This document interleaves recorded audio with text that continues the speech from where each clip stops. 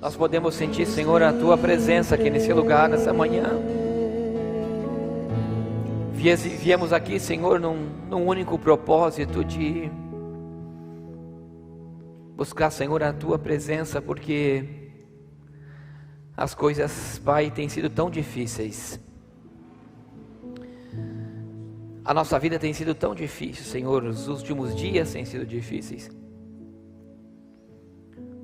Inúmeras situações, Senhor, da nossa vida, elas nos aprisionam, verdadeiramente nos aprisionam.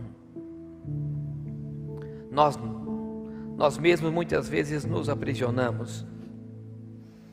E por isso nessa manhã nós estamos aqui, Senhor, para ouvir a Tua voz, porque nós precisamos de algo para nos direcionar e nos mudar.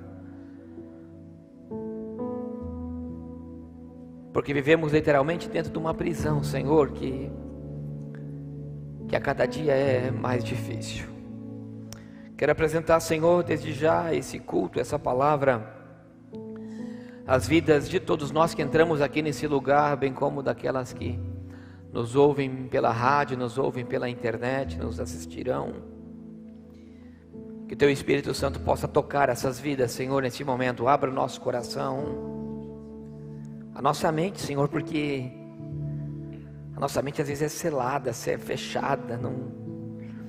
Nós não queremos entender coisas que o Senhor quer nos mostrar, e a teimosia, o orgulho são dificuldades tão grandes, Senhor, para nós possamos ouvir a Tua voz.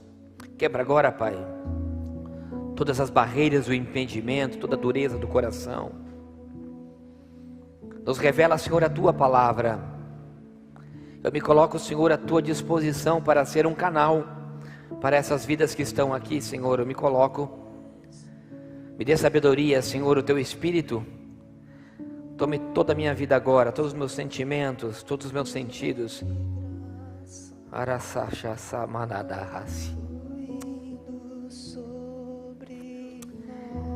Abra, Senhor, agora os sentimentos, Senhor. Eu quero te pedir, abra os sentimentos, Pai.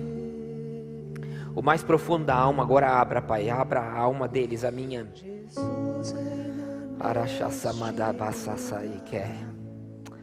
Começa a desmoronar, Senhor, desmoronar.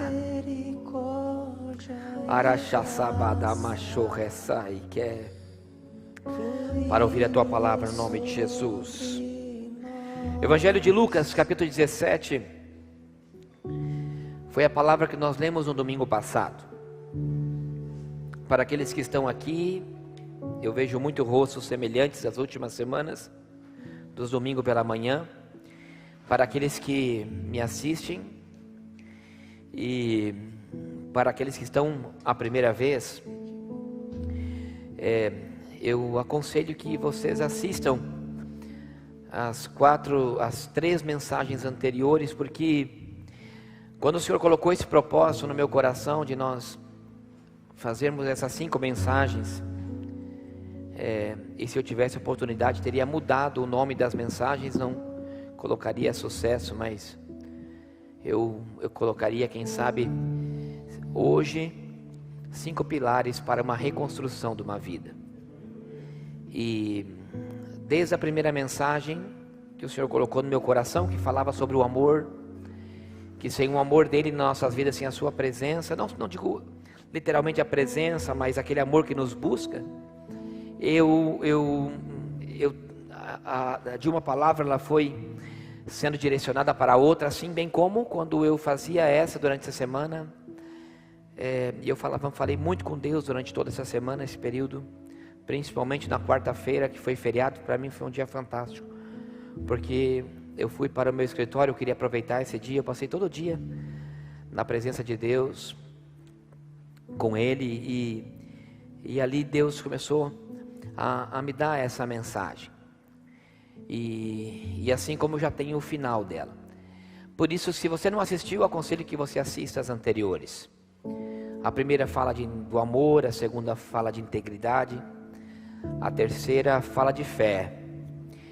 E essa eu não vou dizer de que nós vamos falar, mas eu sei que Deus ele vai te virar do avesso hoje e vai tocar uma parte da tua vida que Ele vai falar no seu coração, quem sabe o título dessa mensagem.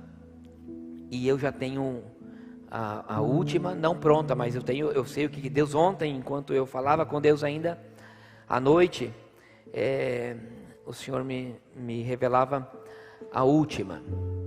E eu falo para você,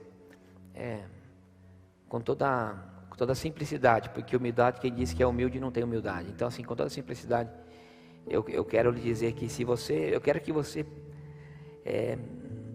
ouça muito com detalhe as coisas que eu vou lhe dizer, e creia no que eu lhe digo, que se eu te asseguro que se você acreditar no que eu estou lhe dizendo hoje, nas coisas que Deus colocou no meu coração, que eu transcrevi aqui, eu tenho certeza que você não sairá daqui da mesma maneira de que você entrou. E Deus irá te preparar para algo que Ele nos revelará na próxima semana.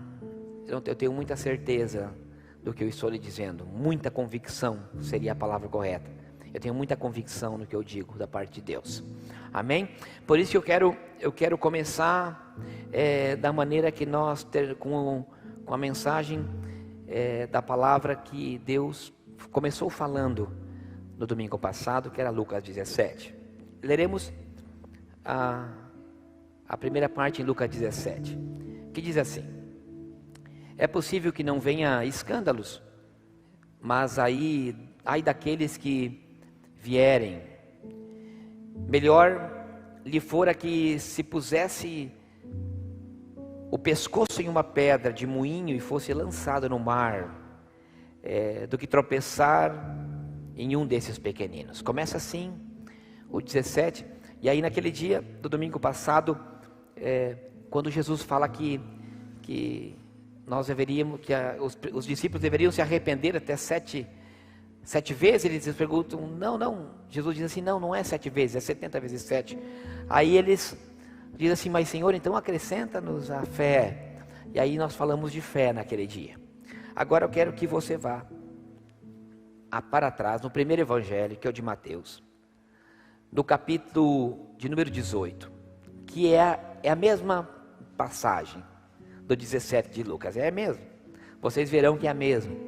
Só que aí nós falaremos de uma outra coisa, que está na mesma passagem. 18, no verso de número 15, diz assim.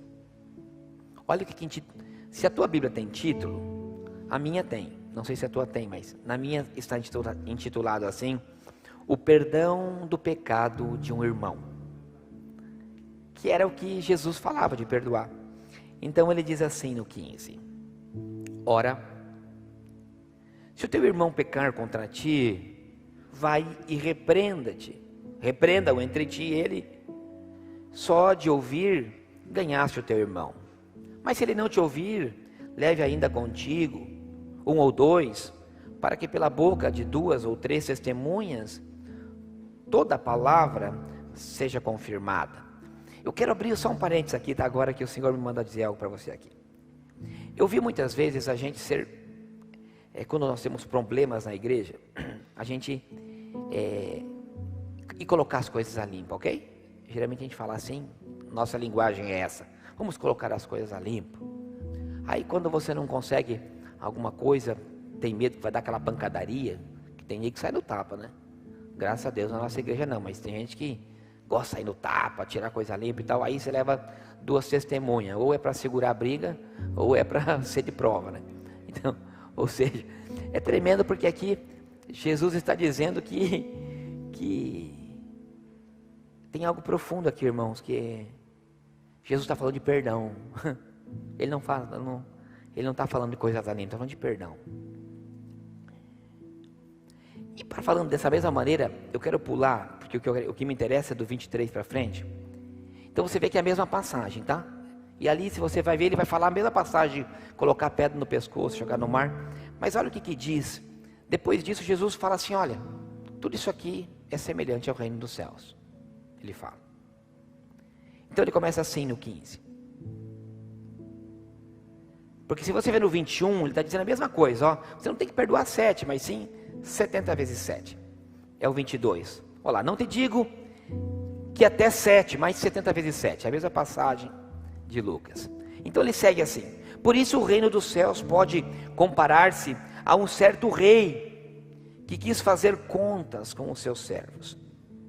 E começando a fazer contas, foi-lhe apresentado um que lhe devia 10.000 talentos.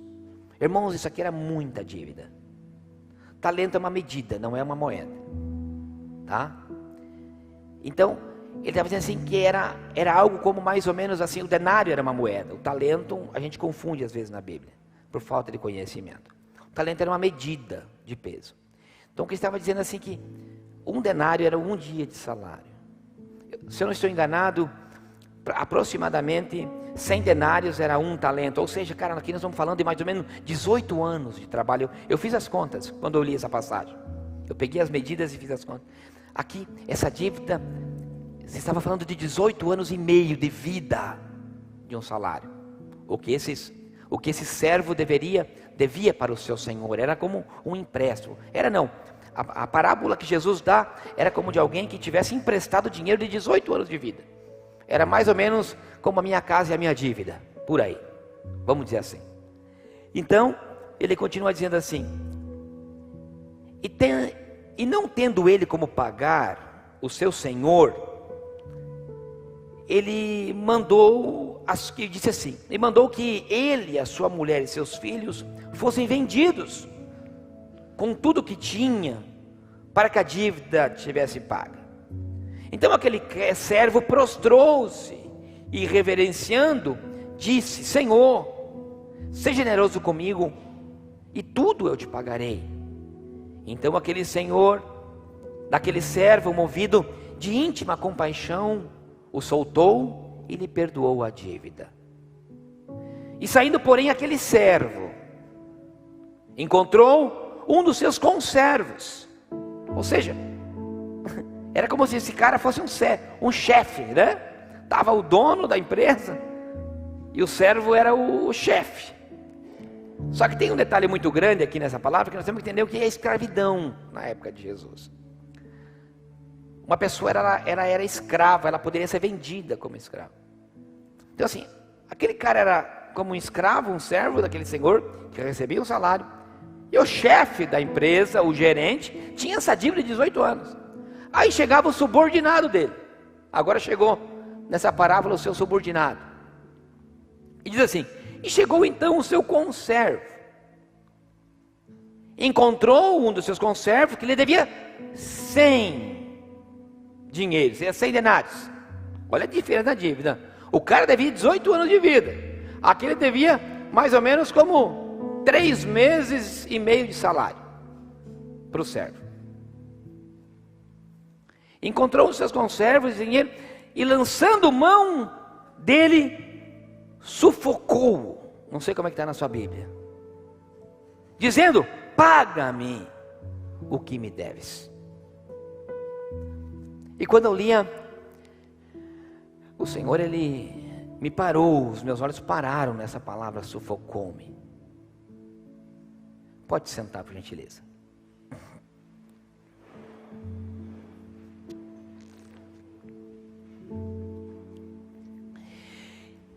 E disse que aquele cara que tinha sido perdoado começou só a sufocar o outro. Ou seja, botou pressão para que ele pagasse a sua dívida. Ele ameaçou. Quando eu disse isso, quando eu li isso, o Senhor começou a ministrar algumas coisas no meu coração que eu quero compartilhar com vocês nessa manhã. Eu via assim como, e é uma realidade como os nervos estão à flor da pele, de todo mundo. Nós vemos agora o caso daquele rapaz que morreu lá nos Estados Unidos, com a ajoelhada, aquele negro. Eu esqueci o nome dele. E peço desculpas pela referência negro, só para que eu sei que vocês sabem de quem estou falando. Acho que alguma coisa Johnson, não sei. Enfim. E você vê que da morte daquele homem, o mundo saiu às ruas para mostrar a sua indignação contra o racismo. É tremendo, é lindo o que aconteceu. Mas o fato é que realmente está tudo muito à flor da pele. Nós vemos que por exemplo, que uns são a favor de Bolsonaro, outros são contra, e as pessoas saem às ruas, se manifestam. Aí daquilo ali já sai o outro para defender os seus direitos e já começam a quebrar loja e fazer assaltos de loja. Eu acho, irmãos, isso... Eu vejo que assim, as pessoas realmente estão assim, à flor da pele, e eu fico falando assim para Deus assim... As pessoas sabem, que são minha volta, sabem que eu não gosto de política, eu nunca gostei, porque... Eu não sou de direita, não sou de esquerda, nunca fui a favor de Dilma, nem contra, nem a favor de Lula, nem contra, não sou a favor de Bolsonaro, nem contra. Esse dia até foi numa visita, o irmão perguntou, pastor, por que você botou aquele negócio lá? Não vou entrar nesse detalhe, posso te falar particular, porque eu tenho as minhas convicções. Eu quero, dizer, irmão, que eu tenho a plena convicção de quem eu sou, de qual é o meu dever, qual é o meu direito. Como cidadão, e principalmente como cristão, eu vou lhe dizer, eu não sou da direita, não sou de esquerda, eu sou do alto, eu sei de onde que eu sou. E o meu dever é ser submisso às autoridades que estão acima de mim. Eu entendo que é submissão. Então eu vou respeitar o presidente da direita, eu vou respeitar o presidente da esquerda. Porque a Bíblia me ensina que se ele foi colocado ali, ele foi com autorização do Senhor e foi constituído autoridade por Deus. Então eu tenho que ter convicção disso. Então eu não vou me manifestar nem por um e nem por outro, porque o meu dever é dobrar meus joelhos e interceder por eles. Esse é o meu dever como cristão. E ensino isso para vocês.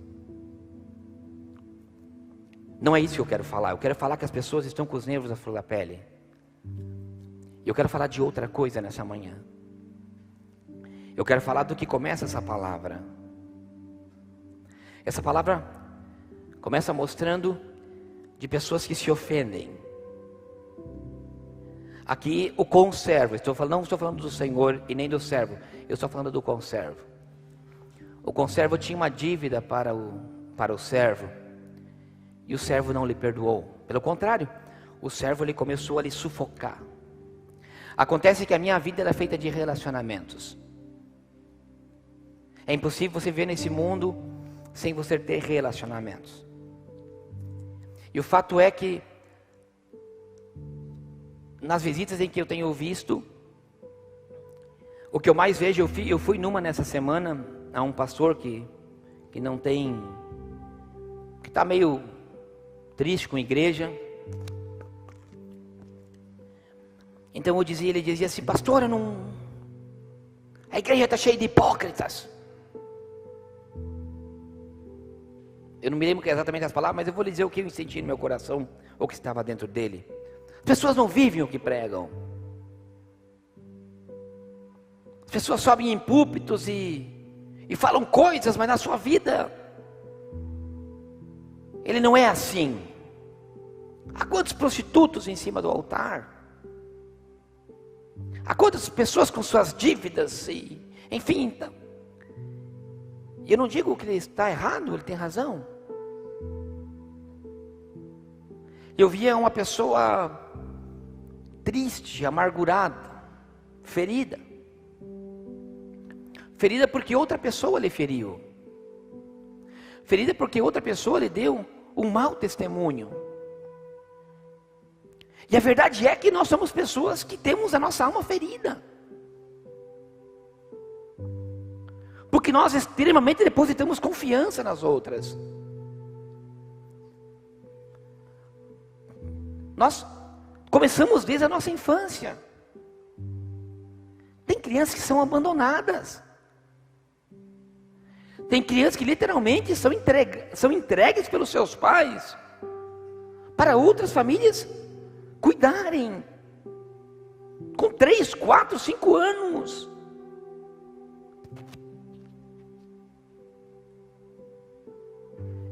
Eu posso entender, mas eu não vou entender uma mãe e um pai, porque não tenho condições de criar. Porque não tenho dinheiro para criar. Dá para uma outra criar. Eu vejo lá no sítio, quando a gente faz a desmama de um bezerro, não sei quem sabe o que é desmama, quando você tira o bezerro de uma vaca, você bota na mangueira e separa da mãe, e você tem que deixar ele 2, 3 dias fechados sem água e sem comida. Porque ele é tão ligado sentimentalmente à mãe, porque aí a gente vê a mãe ficar berrando lá num piquete a não sei quantos metros de distância, ele berra aqui, ela berra lá, e ela não sai dali antes de 2 dias. E se você soltar, não tem cerca. Se você tirar da mangueira, que é aquelas cercas feitas de madeira forte, cara, eles quebram tudo. Um atrás do outro, é uma ligação. Mas o ser humano, é um animal irracional. Mas que a ligação entre o pai e o filho, entre a mãe e o filho, aí o ser humano pega uma criança de 2, 3 anos, ou joga numa lata de lixo, ou entrega para uma outra família, ou bota no orfanato. Estamos falando no século 21.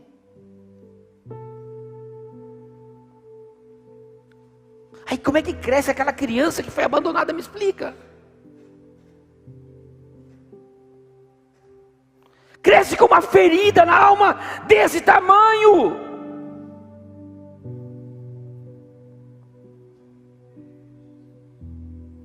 Porque ela foi abandonada. Ali cresce um sentimento de rejeição. A mesma coisa é uma pessoa que entra num relacionamento. Ela se entrega.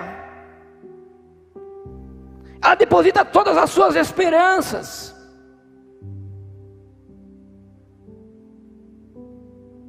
Ela diz: aqui eu vou ser feliz. Aqui eu vou constituir família. E daí simplesmente do dia para a noite, ou um ou outro pega e vai embora com outra. Aí cria outro buraco naquela outra pessoa. E no filho que ficou para trás. São rejeições.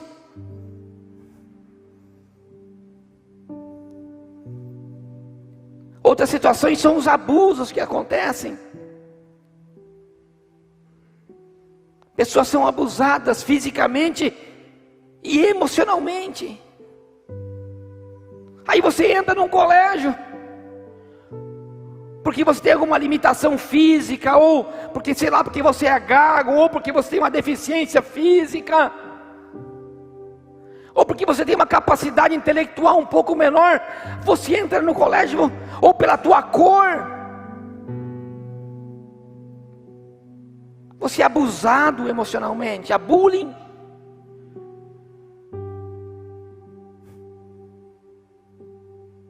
Ou dentro de uma empresa, como aconteceu ontem. Eu não aceito, eu não vou contar, mas eu não aceito.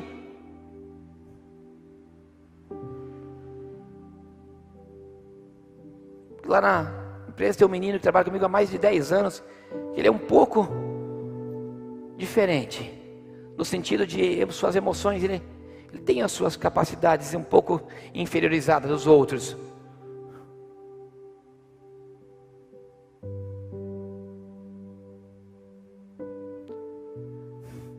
Assim que as pessoas são abusadas, e sem contar quando uma pessoa ela é abusada sexualmente, produz um buraco na alma.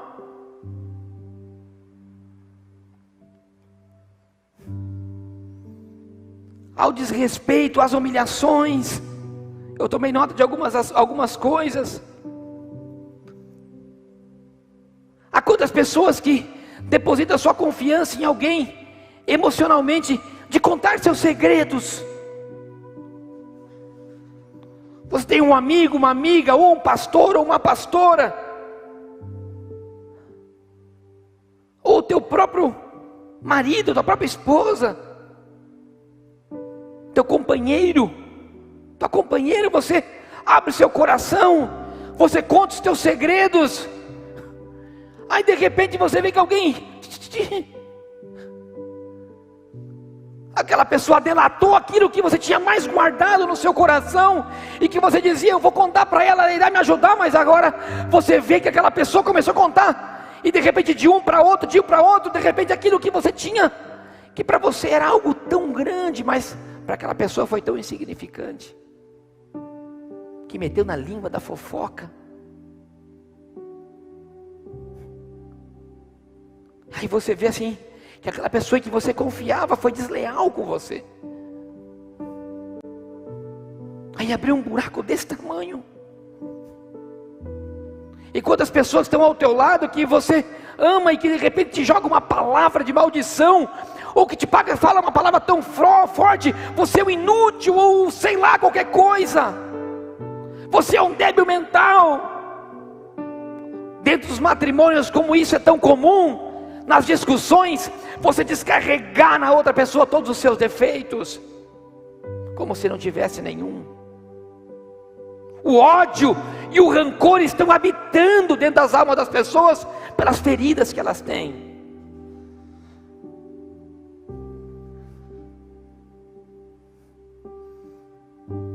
E o ódio é uma arma mais poderosa do que um tiro, do que uma faca. O rancor e as feridas cada vez estão maiores nas pessoas, e chega um momento que a pessoa explode. E o duro é a gente dizer que o mundo está assim. Nós somos assim. Eu sou assim, você é assim. Nós esperamos oportunidades para machucar a outra. Ela te fere e você fica falado e você já começa a pensar: eu não vejo a hora, ela me paga. Eu vou dar a mesma moeda, olho por olho, dente por dente. Deixa ela para mim. E não estou falando isso de pessoas estranhas. Eu estou falando isso dentro dos relacionamentos. Pai e filho, companheiro e companheira, patrão e empregado, amigos e amigas, irmãos.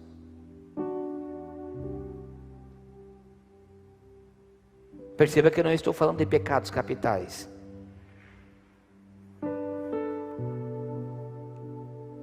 Eu estou falando que nós, como seres humanos, como os irmãos, como cristãos, estamos nos destruindo. Nós estamos destruindo aquilo que Deus construiu com tanto amor e carinho, que é uma vida. Irmão,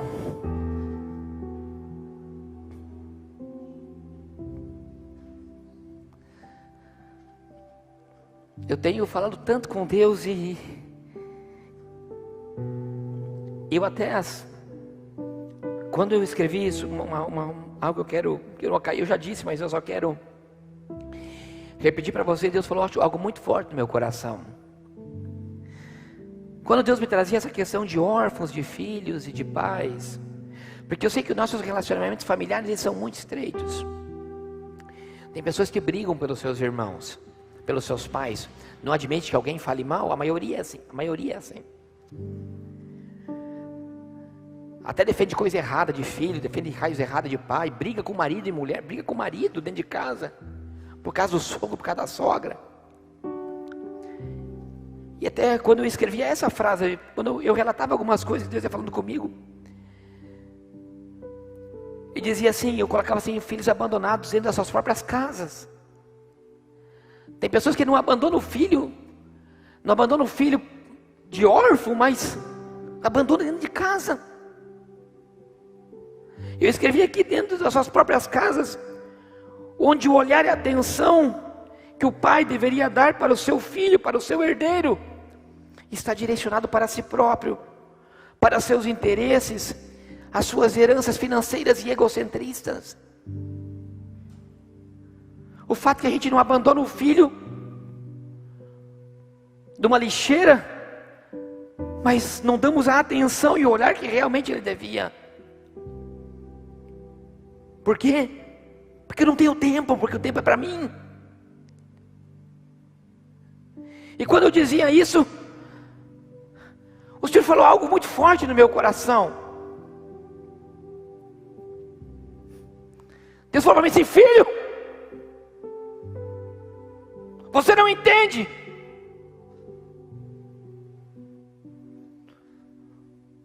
Você não foi gerado pelo teu pai e pela tua mãe. Porque eu via que quantas crianças, quantos homens, quantas mulheres que levam esse sentimento dentro de si, pelo laço familiar. Eu falava assim: mas como, Senhor? Eu falei: sim, você não foi gerado por ele. Eles só foram um canal para trazer você ao mundo. Você foi gerado por mim. Eu usei eles para você nascer.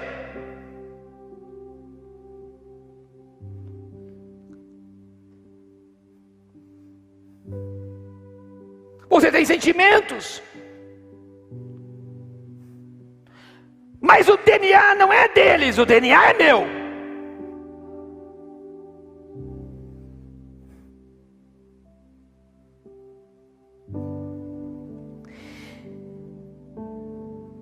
E aí, irmãos,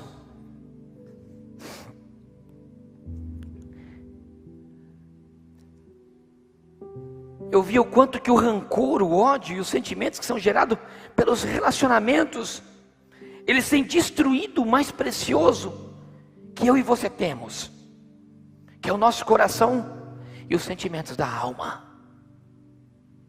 E olha o que diz a Bíblia, Hebreus capítulo 12, verso 15. Tem cuidado de que ninguém te prive do amor de Deus. Escute. E de que nenhuma raiz de amargura brotando vos perturbe e por ela muito se contamine. Escute aqui, irmão, o que eu vou lhe dizer. Amargura, elas são geradas pelos sentimentos, assim como nós vemos, e você sabe. E quando eu lia isso, senhora Cecília, Deus me lembrava de Mara, que tudo que a vida lhe gerou, ela disse: não me chamarei mais Noemi, e me chamarei Mara, porque de amargura me tem a vida. Depois você lê a história de Noemi, de Mara, de Ruth, está em Ruth, do livro de Ruth, que a vida lhe foi tão triste que ela voltou para casa decepcionada com toda a sua vida, que ela mudou, porque essa raiz dessa palavra Mara, no hebraico, ela chama Mary, que significa aflição, escravidão e miséria. Quando eu falo de miséria, não é de dinheiro, eu falo de uma vida miserável. Aí tem pessoas que têm a sua alma amargurada, triste, mas não é culpa dela, é culpa de todos os problemas da vida que ela teve. Evidente que muitos dos problemas que eu tenho são causados por mim mesmo, porque fui eu que me meti naquele relacionamento, não foi Deus que me colocou. Agora sim, a família que você vive é porque você nasceu dela. E aí que o Senhor falou no meu coração: você não é gerado, você não foi gerado por ela. Eu usei a vida do teu pai e da tua mãe para você nascer. Eu entendi. Eu entendi que eu nasci ali, mas eu não sou dali. Eu estou naquela casa, mas eu não sou daquela casa. Eu vivo nesse lar, mas eu não sou desse lar.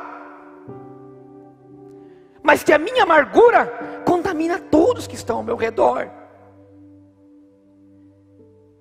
Eu tenho vivido muito isso nesses últimos dias. Porque tem pessoas que estão do teu lado que, cara, não sorri.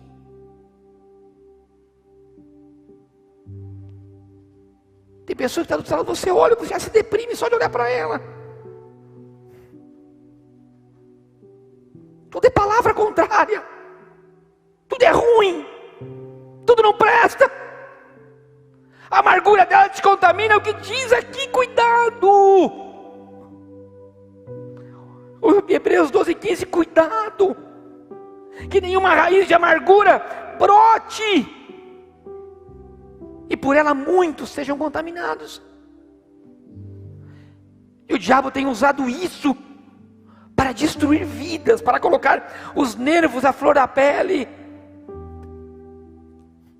E olha o que diz Romanos 3, diz assim: a boca está cheia de maldição e amargura, os seus pés são ligeiros para derramar sangue. Olhe, a raiva, o rancor, a amargura gera pés ligeiros para sangue, porque a raiva inunda um coração amargurado, e ele diz assim: eu não consigo viver com essa pessoa do meu lado. Aí ele fala: eu vou matar, é a maneira de me livrar dela, que a sua dor é tão grande que ele quer eliminar o problema. E a Bíblia continua dizendo: em caminhos de destruição e miséria caminha aquele que está amargurado, e eles não conhecem o caminho da paz. Não há temor diante dos seus olhos de Deus. Irmão, que olha aqui uma coisa. E aí o Senhor me levou para a história de Moisés. É tremendo, irmãos, que eu vou lhe dizer, escute. Do capítulo 32, mais ou menos, do livro de Êxodo, depois você lê. Irmãos, leia a Bíblia, pelo amor de Deus, lê. A Bíblia é um manual de vida. Moisés está no meio do povo, vocês conhecem a história. Está virado na breca, no deserto, tudo confundido, tudo brigando entre eles, adorando outros deuses, fazendo bezerro de homem, de ouro, e aquele monte de coisa, você sabe. Imagina, pensa num povo amargurado, confundido. E de repente Deus chama um e fala assim: Moisés, sobe para o monte, Moisés, que eu quero falar contigo. No meio de todo aquele povo amargurado, Deus falou: estou te chamando, vem para o monte, sobe. Aí ele fala: sim, eu vou. A voz de Deus chega, ele ouve.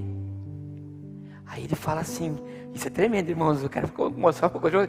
Quando eu li isso essa semana, eu fico tudo arrepiado,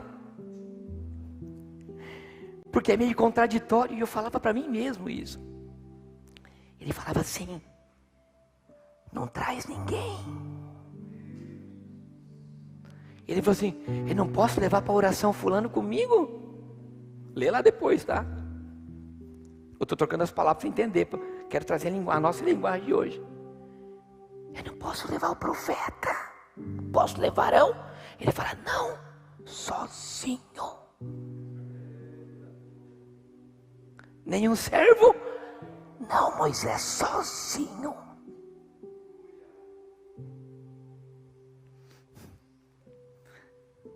Eu amo ficar sozinho com Deus. Amo. A pastora não está aqui, né? Tamara não está me assistindo. Corta, Felipe, pelo amor de Deus. E que aqui não tenha fofoqueiro. Pastora gosta de gente. Jonas é igual, tá rindo, mas é igual. Vai lá, é gente pra cá. Vocês sabem, né? As irmãs, modeladas aqui, aquela muvuca. Eu quero ficar sozinho. Vamos na visita, faz de novo.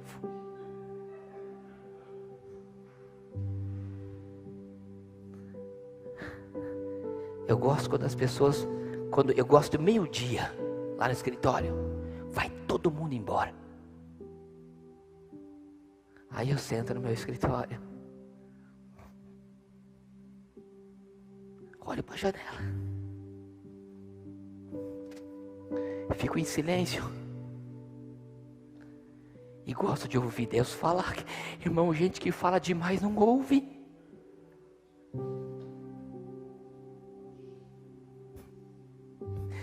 Deus fala para Moisés: ei Moisés, vem sozinho, porque eu quero falar com você. E se você estiver cheio de gente em volta, você não vai me ouvir.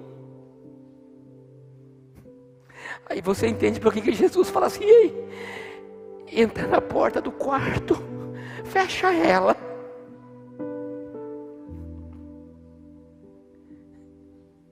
O que Deus estava querendo falar para Moisés é: Moisés, sai do meio desse povo, eles estão te contaminando. Vem aqui para cima, porque eu quero te dar uma nova lei, Moisés.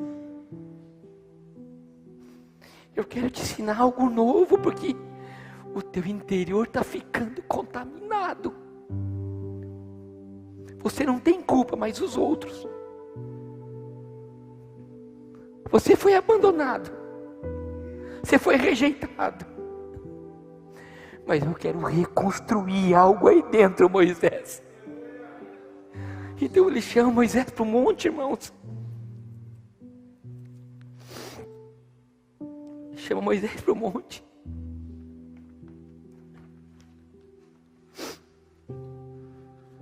E ele fala assim: irmãos, olha, escuta. Ele fala assim, ele começa a falar, Deus começa a falar com Moisés. E Moisés fala assim, porque Deus chega no momento para Moisés e fala assim: Moisés, abandona esse povo. 32 de Êxodo. Larga a mão.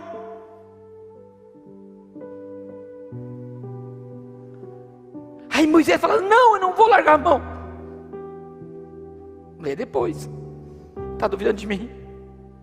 Moisés começa a brigar com Deus pelo povo. Aí Moisés fala, Deus fala assim: é o teu povo. Ele fala: não, não é o teu povo. Você me chamou gago lá no Egito e disse que era para eu ajudar esse povo. Agora você fala que ele é meu. Ele não é meu, ele é teu.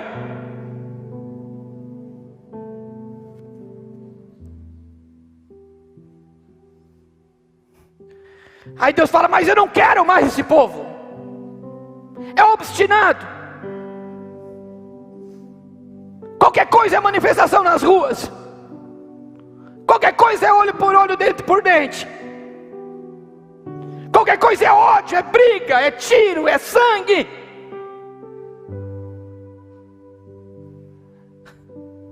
Aí ele fala assim: então Moisés, então vem ter um particular comigo. Capítulo 34, verso 9 e 10 eu vou ler. Só olhe para mim, escute eu falo. Não leia. Olhe. E disse o Senhor. E disse Moisés falando para Deus: Senhor, e agora que tenham achado graças aos seus olhos, vá agora, Senhor, no meio de nós, porque este povo é de dura cerviz. Porém perdoa a nossa iniquidade e o nosso pecado, e toma-nos por tua herança. E então disse Deus a Moisés: eis que eu faço uma aliança. Farei diante de todo o teu povo maravilhas que nunca foram feitas na terra. É palavra para você isso aqui, irmão. Pega, escuta. Eu vou te dar um segredo para você mudar a tua vida hoje. Escuta. Diante de Deus eu falo isso. Com uma palavra, com um sentimento, você vai mudar a tua vida hoje. Escuta. Ele diz assim: e eis que faço uma aliança. Farei diante de todo o teu povo maravilhas que nunca foram feitas antes. Em nenhuma nação, de maneira que todo este povo cuja o meio tu estás, veja a obra que o Senhor, porque coisas terríveis eu faço contigo. O terrível aqui tem um sentido pejorativo. Mas imagina você hoje. Você é Moisés, não? Nós estamos no meio de um mundo virado de rancor, ódio e ressentimento. Concorda comigo ou não? Olha em volta de você. Olha para a tua família. Olha para pessoas próximas de você. Olha para o teu trabalho. E de repente Deus fala assim: estou te chamando. Estou te chamando. Sozinho. Nós temos que mudar o conceito de relacionamento com Deus. Isso que nós estamos fazendo aqui hoje, hein? O povo se reúne para adorar. Essas paredes, elas só são uma construção. Um prédio. Onde Deus nos permite ter ferramentas de adoração. A bateria que o Yuri toca, o teclado nós compramos, o som, isso nos proporciona um ambiente do tabernáculo para poder adorar. Nós viemos aqui porque nós podemos compartilhar a palavra, como nós estamos fazendo agora, estudando juntos a palavra, eu e você. Isso não vem de mim. Eu tenho plena convicção que isso vem do Senhor. Então nós sentamos no mesmo nível, porque nós estamos aqui para aprender com Ele, para sermos transformados. Então isso não depende da igreja, isso depende de mim. Isso não estou falando de religião, estou falando de uma mudança interior de sentimentos. Moisés estava na mesma situação, igualzinho. Então Deus olha e fala assim: ei, Moisés, você é diferente desse povo. E Moisés sobe para a presença. E dentro dessa conversa, o Senhor me chamou a atenção a uma palavra que Moisés disse, que é fundamental. Dentro desse versículo 9 e 10, ele diz assim para o Senhor: Senhor, agora tenho achado graça aos teus olhos, vá no meio, porque povo obstinado é, porém perdoa. E o Senhor me fez lembrar da passagem do servo que nós lemos.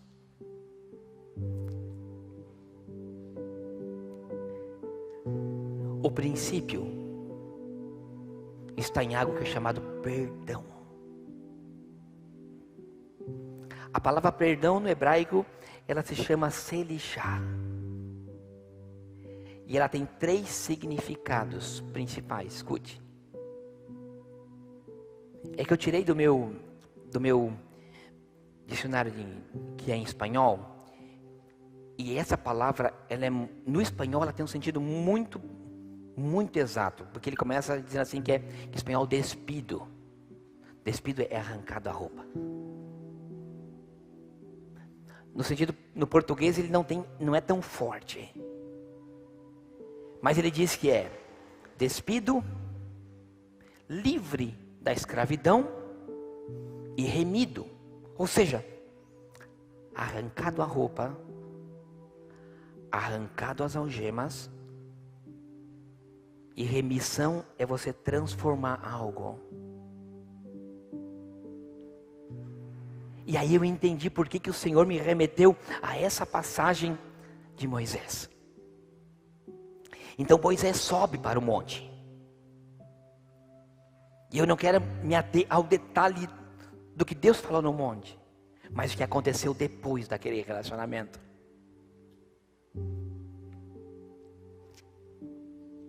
Deus fala assim: perdão. Então Moisés desce. E logo depois, ali para o capítulo 34, 35, depois que Deus tem aquele encontro com Moisés, Moisés desce totalmente transformado. Vocês sabem que ele prega isso e aquilo. Mas aí diz que de repente, É tremendo, porque assim no 35 diz que ele chama Abesael. Quase as pessoas não conhecem esse personagem. E diz que Deus fala assim, ó, Moisés, fala para Abesael que eu vou dar sabedoria para ele. Vou dar inteligência. E é interessante, no 35 fala que no 35 fala que Deus encheu Abesael de sabedoria do coração. Então ele falou assim, e deu as medidas da arca, da construção. Ali ensina a fazer o tabernáculo, onde que Deus fala para Moisés fazer o tabernáculo e tal, tudo aquele detalhe. E aí para Abesael ele fala para construir a arca. Todo mundo sabe que é a arca, né? Todo mundo sabe, está aqui? Só para me entender, vocês estão... Levanta a mão quem sabe que é a arca do concerto. Sim, sabe?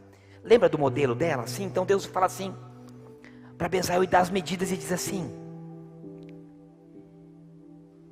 e encheu de sabedoria do coração, Êxodo 35, para fazer a obra mestre, até a mais engenhosa de um gravador, em azul púrpura, em carmesim, em linho fino, e tecelão, fazendo toda a obra da criação e invenção.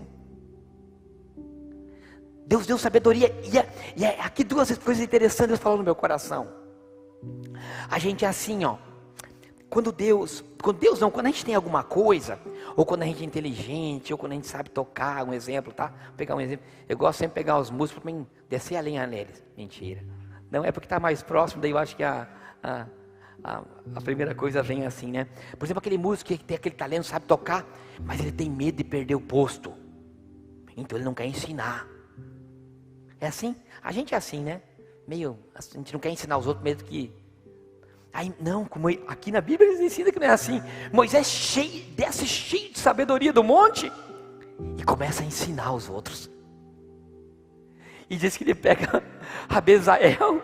Eu imagino Pascoal, eu imagino assim, Deus chegando, sabe aquele homem que desceu do monte cheio de Deus, depois de ter aquele particular assim, fala assim, estou cheio, eu tenho que entregar, porque eu quero que aquela pessoa, ela seja assim como eu, que ela olhe para tudo, tem aquela felicidade.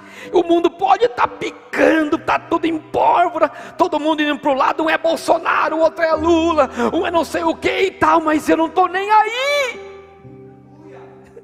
porque eu sei aonde que eu estou.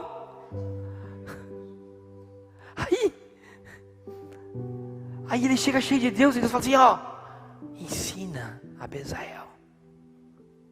Aí Deus... E é lindo, meu irmão, porque diz que Deus dá a medida da arca. Nós lemos, e diz lá mais pra frente que Deus falou que era de tantos côvados, disso, daquilo. E eu digo assim, meu Deus, as coisas não são a minha medida, as coisas são na medida de Deus. A gente quer a medida tudo do nosso jeito, tudo tem que ser do meu jeito, tudo tem que ser como eu quero. Não, as coisas têm a medida de Deus. Um para uns é mais, o outro é para outro é menos, não importa, tem a medida de Deus. Eu tenho minha revelação linda para você no final, escute. Irmãos, eu chorava ontem lá no escritório de meio-dia. Na quinta-feira eu estava no propósito por essa palavra, e eu chorava. E eu dizia assim, as pessoas já não levam mais lenço para a igreja.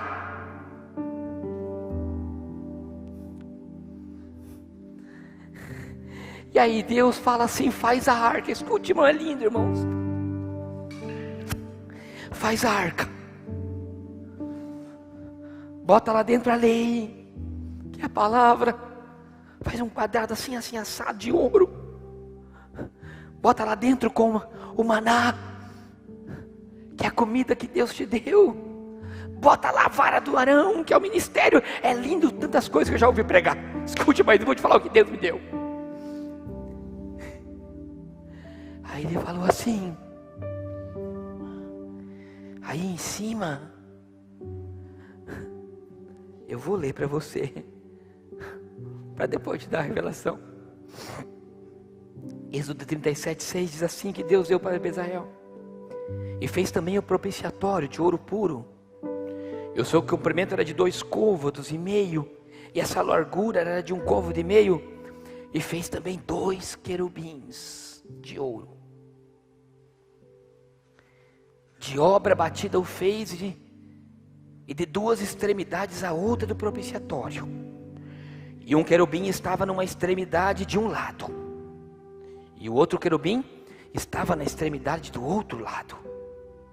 De uma peça, como o propiciatório era aquela parte de cima, tá, irmãos? A tampa. De uma parte do propiciatório, fez os querubins nas suas 2 extremidades dele. E os querubins estendiam suas asas por cima do propiciatório, cobrindo. E os seus rostos estavam de frente um para o outro. Era assim. Vem aqui um pouquinho, Yuri, vem aqui rapidinho. Era assim, mais ou menos assim. De frente um para os outros, e os rostos dos querubins estavam virados para o propiciatório. Vamos dizer que aqui era a tampa do... Pensa num anjo bonito, esse menino aqui, ó. Tira o olho, irmã. Aqui de frente, não está ouvindo a palavra, Arão? O propiciatório. Diz que tinha 2 asas. Faz a asa aí, Yuri, se você tiver. A minha eu tenho. Só que os 2 querubins não estavam olhando um para o outro. Eles estavam olhando para baixo, para o propiciatório. E ali estava a tampa. Pode ir um pouco, Josinho? Escuta. Escuta.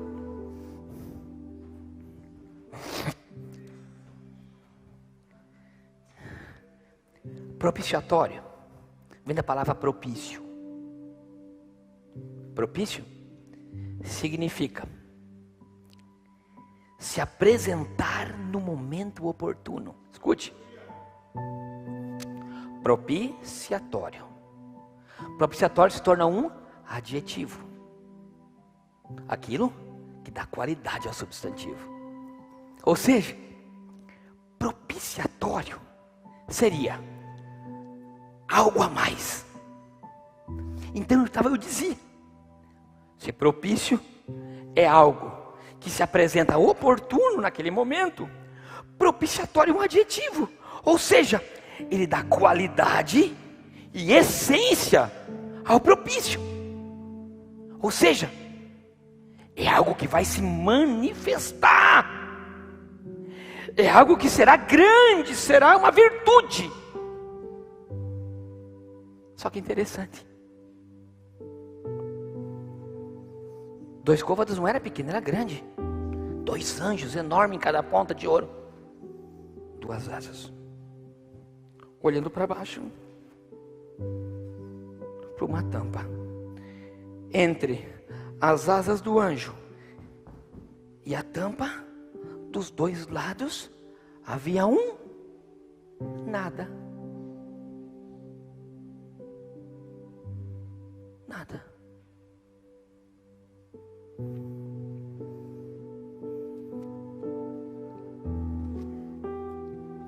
Aí o Senhor me faz lembrar de uma situação. Lá no sítio,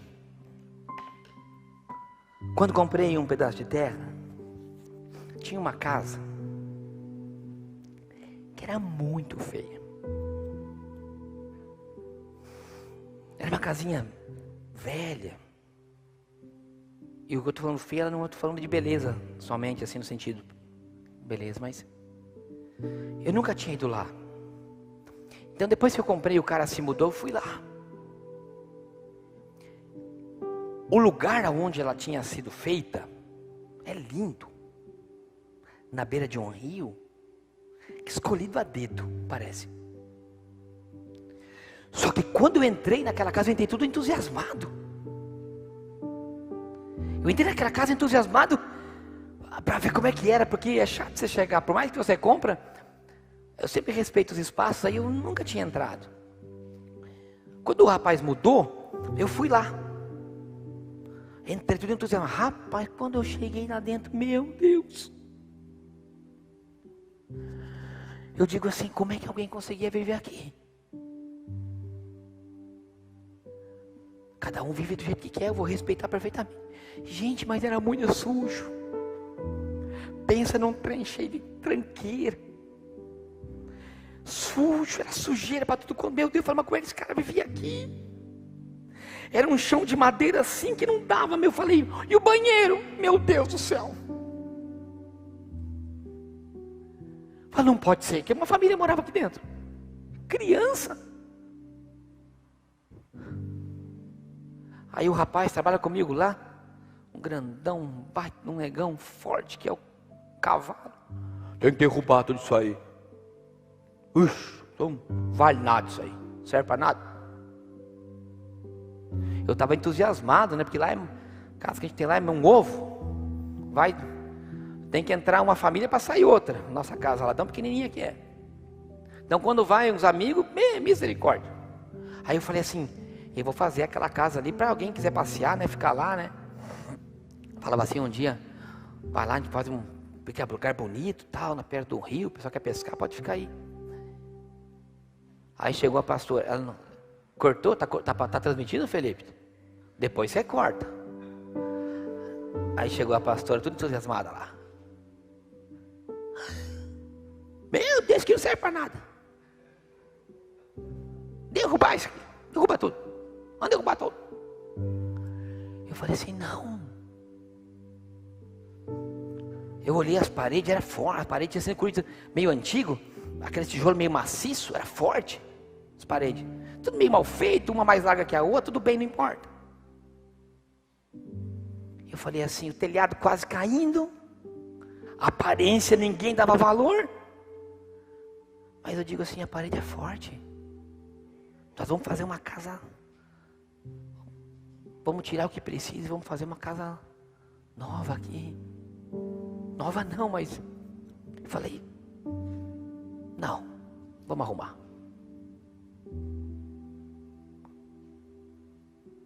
Falei pro Donizete, arruma um cara para a gente limpar isso aqui. O cara veio lá, eu falei assim, tira tudo que tá velho aqui de dentro. Porta, esse chão aqui, ó, porque era de madeira. Não, arranca tudo, bota fogo em tudo. Telhado, tira telhado, telha. Deixa só a estrutura. Quebra essa parede aqui. Vamos mudar para cá. Depois a gente vai ver o que vai dar. Irmãos, a casa ficou a coisa mais linda. Agora, sem fazer muita coisa. Só trocar o telhado, botar um piso, limpar, pintar de novo. Uma janelinha aqui melhor, que tá, todas as outras não abrindo e fechavam. 2 janelas que eu tinha há 10 anos no meu depósito, tá lá.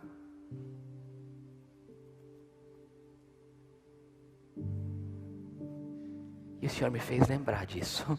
Pastor, o que isso tem a ver com o propiciatório? Tudo.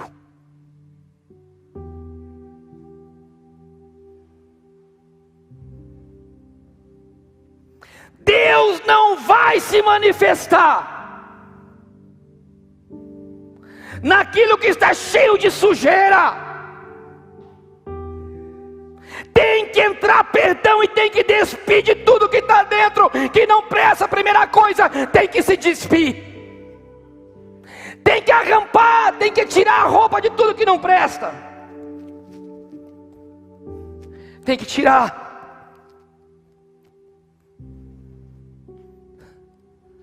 Esses rancores, essas pessoas que te machucaram, essas pessoas que te feriram. Tem gente que até Deus, que seja ainda um absurdo, tem que perdoar, porque não admite que Deus permitiu tal coisa na sua vida. Deixa o rancor, o lixo se transformar em ódio, enche a casa de lixo. E Deus fala para mim,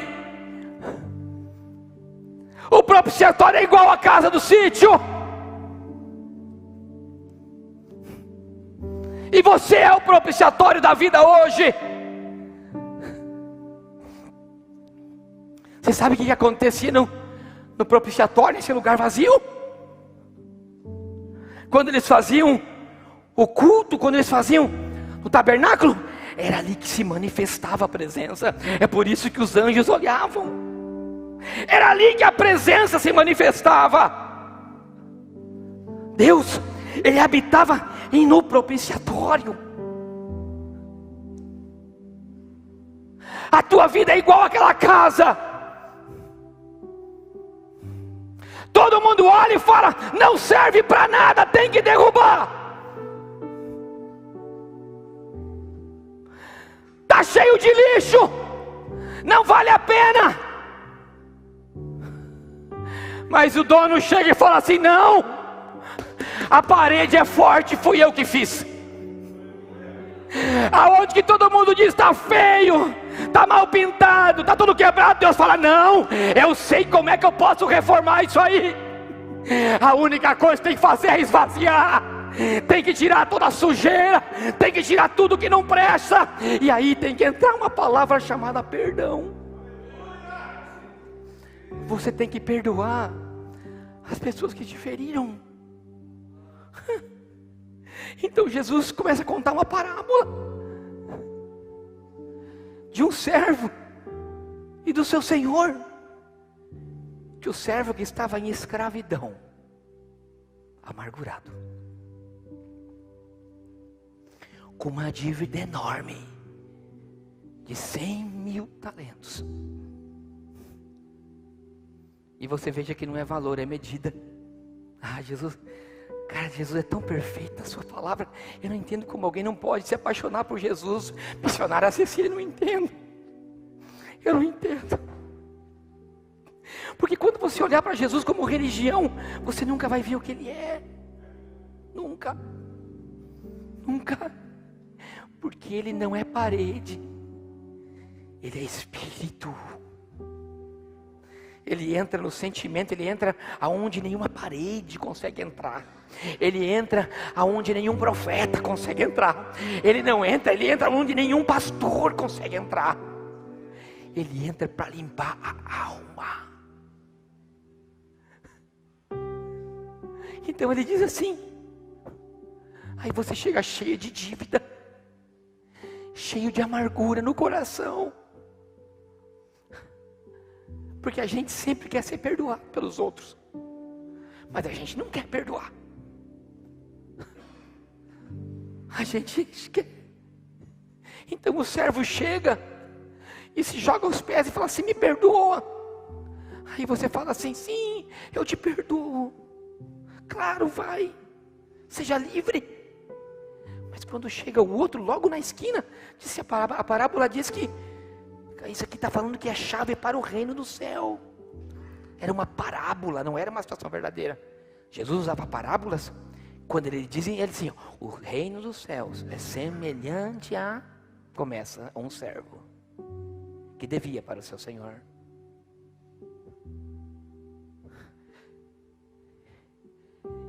E aí Jesus chega e fala assim: vai, você é livre. Aí chega o conservo, que ele devia uma vírgula comparado à sua dívida. É que sempre é assim, o nosso machucado e a nossa ferida, e a nossa amargura e o nosso rancor sempre é maior do outro. Sempre é o meu. E diz que aquele servo não quis perdoar o outro, o seu conservo.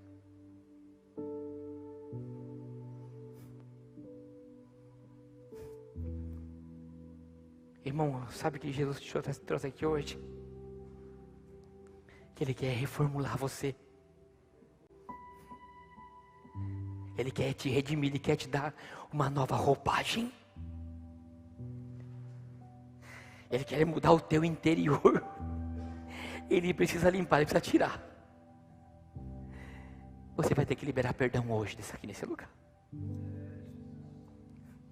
Sabe, todas as pessoas, enquanto eu falava, que você se lembrava que te feriu, te machucou, que te deixou rancor e amargura no seu coração? Sabe o propiciatório? Sabe a casa que quer ficar linda? Vai ter que limpar a sujeira. Você vai ter que perdoar. Ei, perdoa teu pai e tua mãe. Perdoa. Perdoa a tua esposa, perdoa teu esposo, perdoa teu companheiro. Mas ele não está aqui, não importa, perdoa. Perdoa aquele amigo, aquela amiga. Perdoa teu patrão. Perdoa aquele professor que na infância falou que você era burro. Perdoa a tua mãe e o teu pai que te abandonou porque eles só foram um canal. Perdoa a tua família. Só te geraram.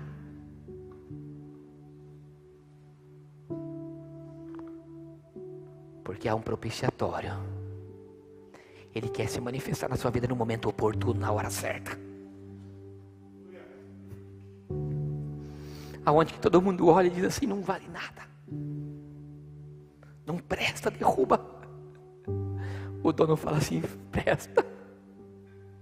O lugar é lindo. Irmão, a tua vida é linda. O lugar que você vive é lindo. Aquela casa, aquele lugar em que aquela casa estava é lindo. Era ela que estava estragada.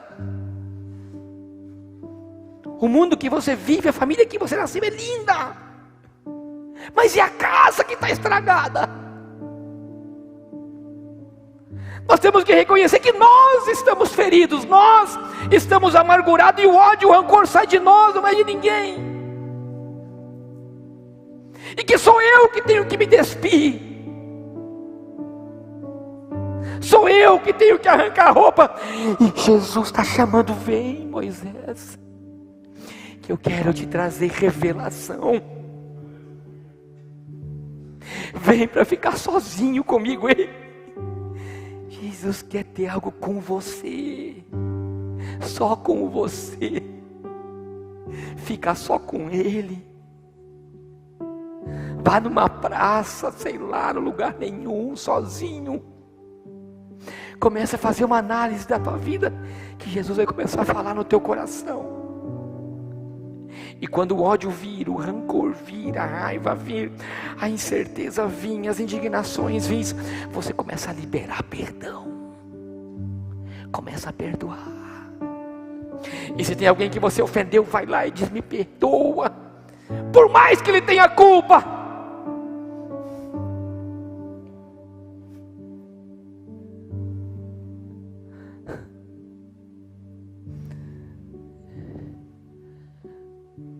O Senhor Ele quer mudar a tua vida hoje. Eu te falei para você. Ele quer manifestar a sua presença no vazio. Enquanto você deixar tudo isso aí dentro, Ele não vai se manifestar. Por isso que a gente não entende que as coisas não acontecem na nossa vida às vezes. Por que elas não acontecem? Porque Jesus, nem você não vai querer entrar numa casa suja. Você não vai querer viver no lixo. Jesus se manifesta no propiciatório, no momento certo, na hora certa. Ah, mas quando Ele se manifestar,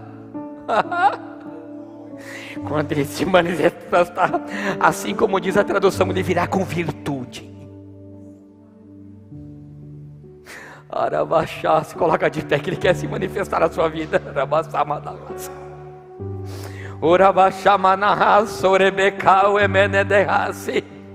Eu quero que você feche os seus olhos. Eu quero que você feche os seus olhos nessa manhã. Eu não sei qual é a amargura que você tem aí dentro. Eu não sei qual é o rancor. Eu não sei qual foi a ferida que a vida te produziu. Mas eu sei que se você perdoar, a palavra para hoje se chama perdão.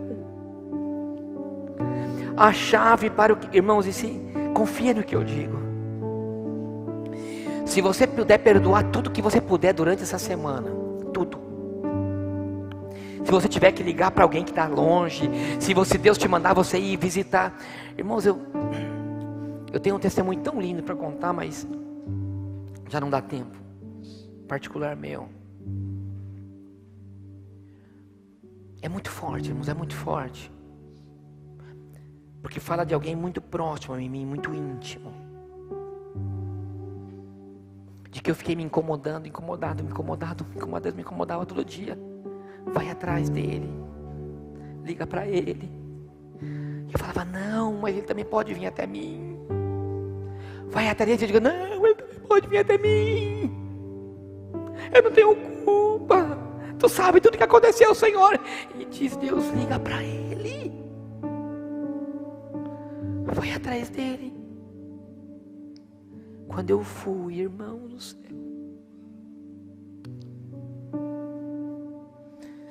ele diz assim, eu tinha preparado essa mensagem para mim te mandar.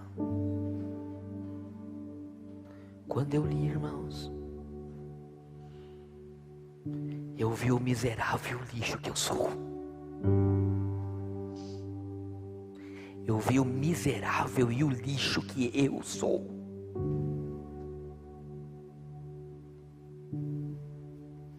E eu disse assim, me perdoa.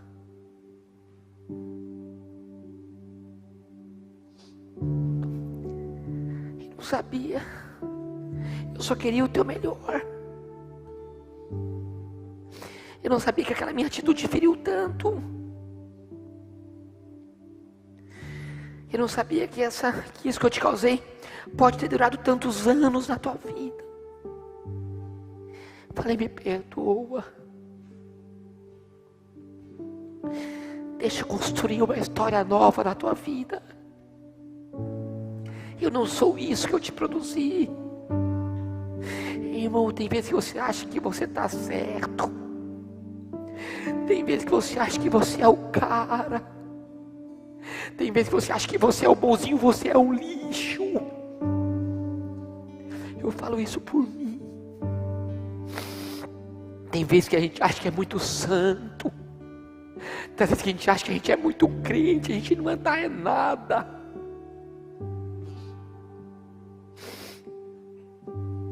Às vezes você acha que você está fazendo bem para alguém, você está matando, provocando rejeição, abusando dos sentimentos dos outros.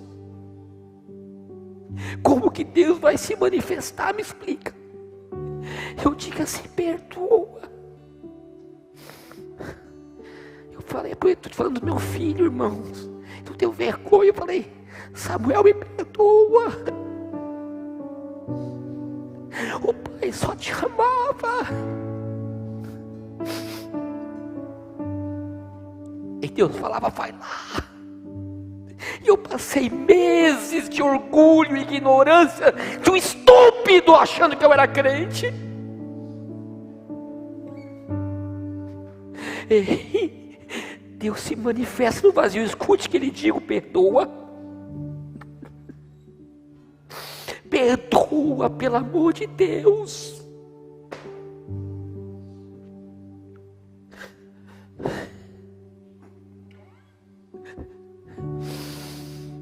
Ele nos perdoou primeiro.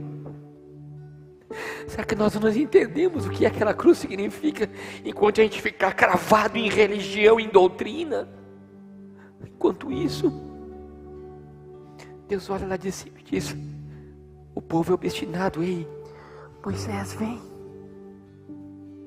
Sobe para o monte, Moisés. Você, não importa os outros, é você.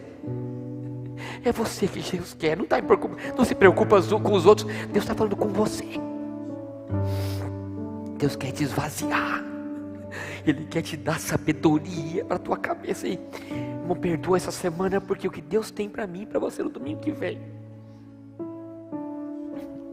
eu tenho certeza que vai ser muito. Eu não sei ainda, mas eu creio, porque se ele já me disse, você vai falar de tal coisa, porque algo grande vai acontecer. E quando Deus falou assim, serão 5 mensagens. E eu falei, por que não 7? 7 é o livro da perfeição da Bíblia. Deus falou, 5.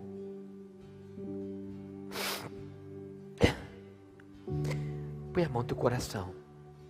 Feche seus olhos, irmãos. Deus está falando contigo. Feche seus olhos e fala com Ele. Deixe florar todos os seus sentimentos. Mais de ti, menos de mim, mais de ti, Senhor. Diga isso para Ele. Fala com Ele. Não cante, não cante. Eu quero que você fale com Ele. Deixa Ele tocar os teus sentimentos, a tua alma. Hoje é dia de Santa Ceia, irmãos. Hoje é dia da mesa farta. Diga isso. Creia, Jesus não é religião, Ele se manifestará no vazio. Isso pode chorar, rasga a tua alma, irmão. É para você rasgar mesmo. E que está se importando o que está ao teu redor? Até quando que você vai se importar com a aparência? Arranca a roupa, se despe, arranca a roupagem, arranca o que está de fora, deixa o dentro. Menos de mim, menos de mim, Senhor, menos.